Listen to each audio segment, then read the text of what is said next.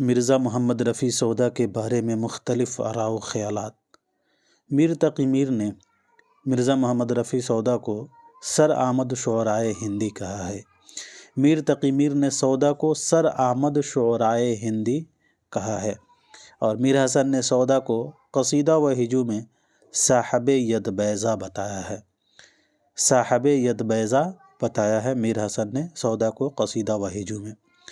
غلام حمدانی مصیفی نے سودا کو قصیدے کا نقاش اول کہا ہے۔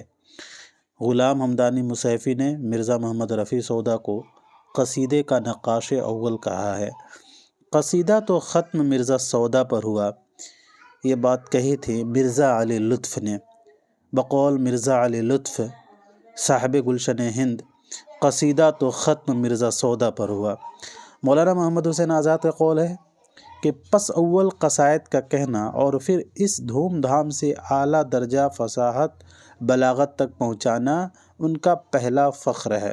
بقول مولانا محمد حسین آزاد، پس اول قصائد کا کہنا اور پھر اس دھوم دھام سے اعلیٰ درجہ فصاحت بلاغت تک پہنچانا ان کا پہلا فخر ہے۔ اگین مولانا محمد حسین آزاد کا ہی قول ہے کہ سودا اس میدان میں فارس کے نامی شہسواروں کے ساتھ عنان در عنان ہی نہیں گئے بلکہ اکثر میدانوں میں آگے نکل گئے ہیں۔ بقول مولانا محمد حسین آزاد، سودا اس میدان میں فارس کے نامی شہسواروں کے ساتھ عنان در عنان ہی نہیں گئے بلکہ اکثر میدانوں میں آگے نکل گئے ہیں۔ امداد امام اثر کا قول ہے سودا کے متعلق سے کہ اگر سودا نہ ہوتے تو اردو قصیدے کو زیر بحث لانا بھی فضول تھا۔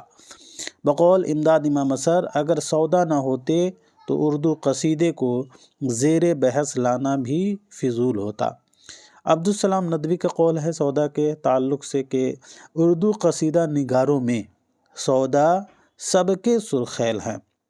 بقول عبدالسلام ندوی، اردو قصیدہ نگاروں میں سودا سب کے سرخیل ہیں۔ مولانا عبدالحی کا بھی قول ہے کہ قصیدوں میں وہ واقعات کو اس بے تکلفی سے اور سادگی سے نظم کرتے ہیں کہ دوسرا شخص مثنوی میں اس طرح نظم نہیں کر سکتا۔ بقول مولانا عبدالحی گل رانا والے، قصیدوں میں وہ واقعات کو اس بے تکلفی سے اور سادگی سے نظم کرتے ہیں کہ دوسرا شخص مثنوی میں اس طرح نظم نہیں کر سکتا۔ اگلا قول ہے لالا سری رام کا۔ اردو میں قصیدہ گوئی کا موجد اگر کسی کو کہہ سکتے ہیں تو وہ صرف مرزا محمد رفیع سودا کی ذات ہے، جن کے زور قلم نے عالم سخن میں دھاک بٹھا دی۔ مقطوع الجواب قصائد سن کر مخالفین نے بھی ان کا لوہا مان لیا۔ بقول لالا سری رام خمخانہ جاوید والے کا یہ قول ہے کہ اردو میں قصیدہ گوئی کا موجد اگر کسی کو کہہ سکتے ہیں تو وہ صرف مرزا کی ذات ہے، جن کے زور قلم نے عالم سخن میں دھاک بٹھا دی۔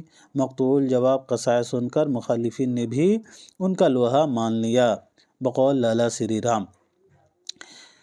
نواب مصطفیٰ خان شیفتہ کا قول ہے کہ یہ جو عوام میں مشہور ہے کہ سودا کا قصیدہ غزل سے بہتر ہے، محمل بات ہے۔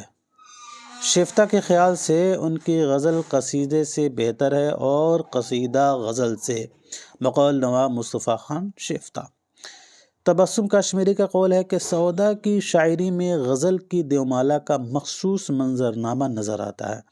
بقول تبسم کشمیری، جس نے مولانا محمد حسین آزاد کی کتاب آب حیات کو مرتب کیا، ان کا قول ہے کہ سودا کی شاعری میں غزل کی دیومالا کا مخصوص منظرنامہ نظر آتا ہے۔